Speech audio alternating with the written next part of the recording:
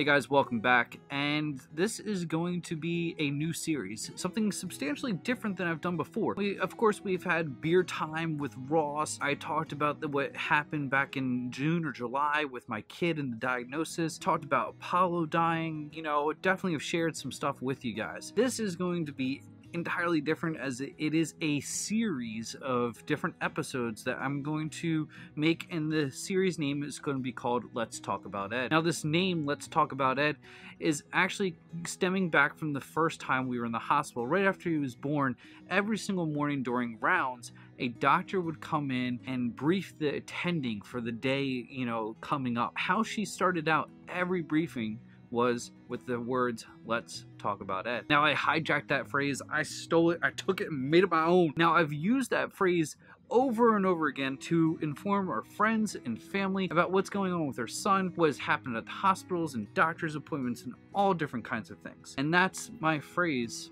for informing everyone about our kid. Let's Talk About Ed series is going to be at least a 10 to 20 episode kind of series about really what happened during our last hospital stay. The last hospital stay was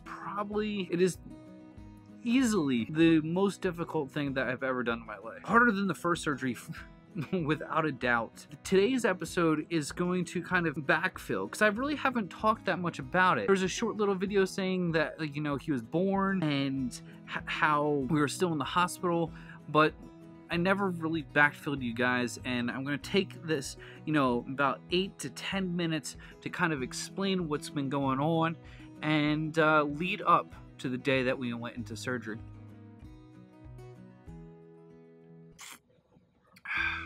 So we spent 21 days actually in the hospital. 20 days with Ed actually being alive. But we got out of the hospital. It was a beautiful sunny morning.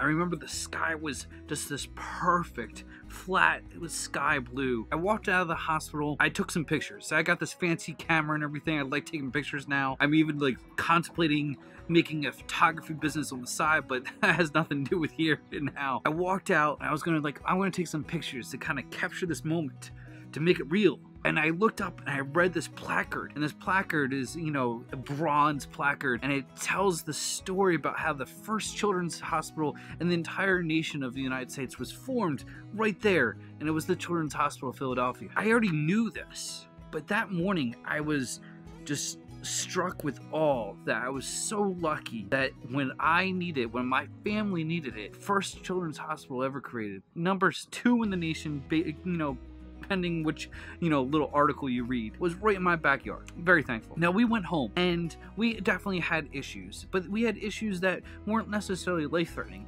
So we were on a very strict program where every single morning we had to weigh Ed. Our son's name is Ed. We had to take his pulse, we had to take his oxygen, we had to do all these basically miniature science experiments, medical experiments, get all these different statistics and then send it over to CHOP. They would actually every week call us and be like, hey, what are they? If we didn't have them, it's not like we would have gotten really in trouble, but probably would have. But also, we definitely made sure that we were doing it. The main goal of the entire time was to gain weight. That was the only thing that really mattered. Gain weight and keep oxygen. Oxygen saturations between 75 and 85%, and gain weight, 20 to 30 grams. Everything done in kilograms. In the United States, why are we doing kilograms? I don't know. It is a better thing than pounds, I can tell you that, because it's a lot easier to transfer between one thing and another.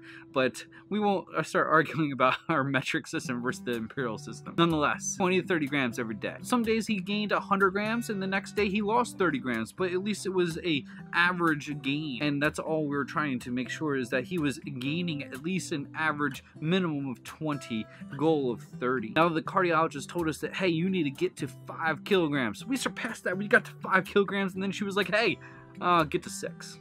Can't make this shit up, but we got the 6 too. But the time between the first surgery and second surgery is the most crucial of times. If something's going to go wrong, it's supposed to go wrong during this time. There's things that obviously can go wrong later in life, and there's complications at every different stage, but the interstage between stage 1 and stage 2 of this different surgeries, the next surgery that he had was the Glenn, and the first one I think is the Fontana? No, Norwood. I forget. I think it's the Norwood procedure. The last one's the Fontana. I might get them mixed up. But nonetheless, between the first and second surgery, this interstage is the time that if something was going to go wrong, it's going to go wrong. That day came, and it sucked. Let's talk about Ed. Today started off like any normal day. 6 a.m. feed, then back to sleep. 8 a.m. medicine, feed again at 9, and then our daily stats check. Weight, pulse, and oxygen. That is where today took a huge off-ramp from the normal. Courtney did not like Ed's stats, and an hour later we checked them again only to see his oxygen fell down to 60%, his normal being 78 to 85%. I called the on-call CHOP cardiologist, and after a short back brief from me, she told us that we needed to get to a hospital. He was stable enough that we made the drive to Philly rather than going to a different one. We arrived safely with the pulse ox machine attached as we walked through the parking lot. As in a ballet, a well-orchestrated machine went into action. We were swiftly taken from the ER front desk into a room where multiple doctors and nurses surrounded Ed. Ed was stabilized with oxygen, x-rays were done, culture swabs taken, blood drawn, and an echocardiogram, all done just over an hour. After a short wait, we were transferred back into the cardiac unit for what will probably be a couple more days and nights in the hospital. So far, there is no real diagnosis. Flu and RSV, both negative. CBC shows that no increase in white blood cells. X-ray shows clear chest. Echocardiogram shows that the shunt is still working. The plan is now to have a cardiac catheter to see if one of the holes in his heart is narrowing or not. This would explain his low O2, yet him looking normal from the outside. If it is what they think it is, they might be able to correct the issue right then and there. So this was our Sunday. Most certainly not the day watching football I expected. Ed is now happy and sleeping like nothing bad happened.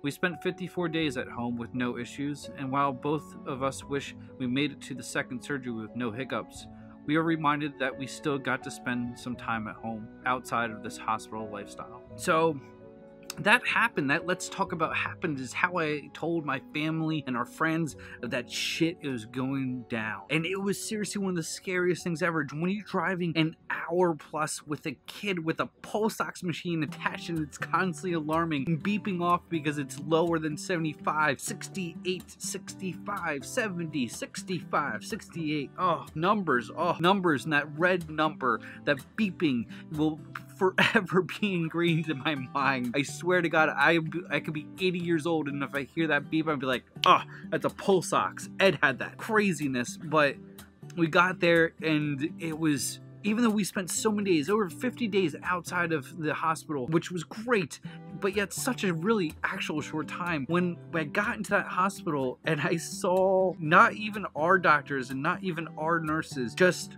CHOP nurses and CHOP doctors, and knowing that I was in the best place possible was extremely comforting. When he was in the ER though, and the nurses and doctors were all around him, he was finally stabilized and we were waiting to get into the room up in the cardiac level. I took the time and I was like, well, I need to go get a coffee. Really, I wanted a beer, but we won't talk about that. I went to get a coffee. When I went to get a coffee, I'm in line to get the coffee, but then also get a bottle of water for Courtney. And as I was getting a bottle of water, who was next to me?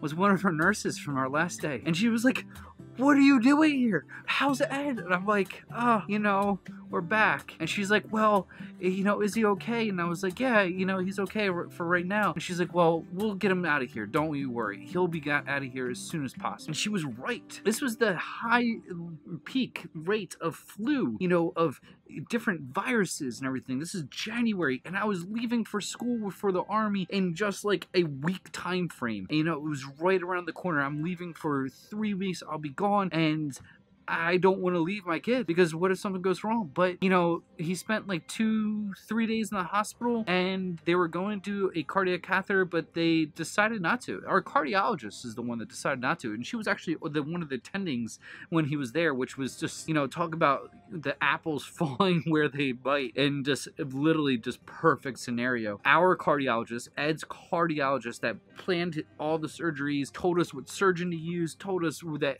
all the different things. That was the doctor that was like, you know what, we're not going to do the catheter. You're going to go home because everything's fine. His oxygen went up. You know why it seemed that his oxygen went low? This is crazy. None of you are going to guess this. Do you know why? It's because he had to shit. No, he had to shit. And without a doubt, when further on, when we measured his oxygen around what we knew the time that he was going to take a poo, his oxygen dropped. And when he got constipated and when he was really trying to push and everything, because he was constipated the first time after surgery and stuff, so like, you know, it's something that happened back then. Like when he was only like, you know, 14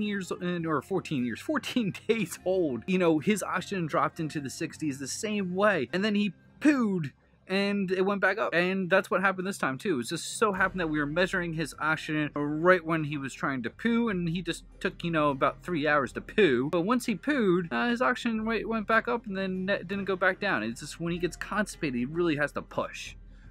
Like all of us. There was one more emergency that happened in between the first and second surgeries, and Courtney again was checking his stats and bursted into the room. I was getting ready for work. My uniform was going on. I'm shaving, you know, shaving and getting ready to go to work, and she's like, Drew, his oxygen is low. And I'm like, okay, we've done this before. We know what to do. So we called CHOP. Actually, we didn't call them right away. We definitely waited because we knew what the answer was. And the answer was, when you call, you're going to the hospital. We knew we had to go to the hospital, but I mean, still as parents, you don't necessarily want to go to the hospital. So we waited. We looked at the machine. We saw if it was going to go up. It didn't go up. But the reason that we panicked even more, because it was lower than 60%. He was down in the 50s. He was at 55%. And that's just not healthy for anybody. And even if you have a heart condition, we called CHOP and they told us, hey, you can't even come down here. You just need to get to the closest hospital like now. He was still calm and stable though, and definitely not in distress. So we packed our bags because we knew what was going to happen, is that we were going to be going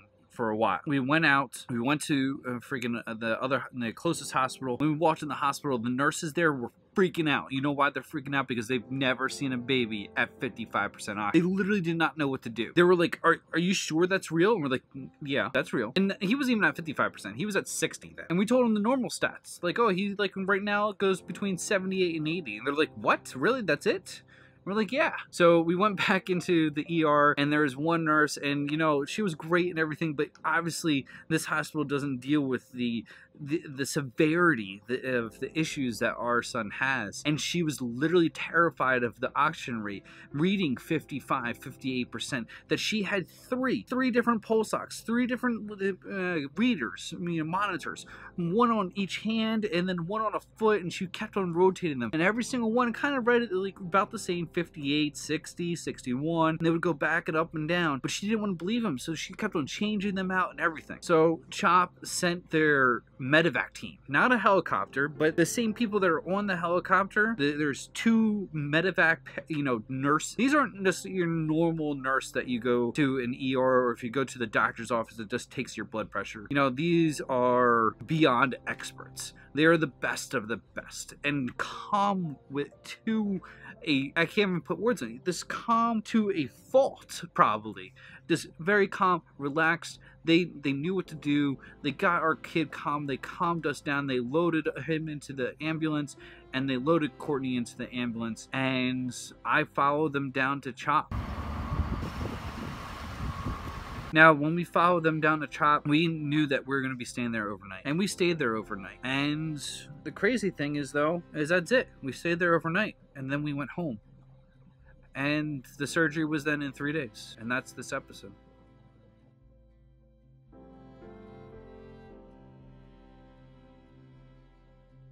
Hi, guys. We need another feeding tube.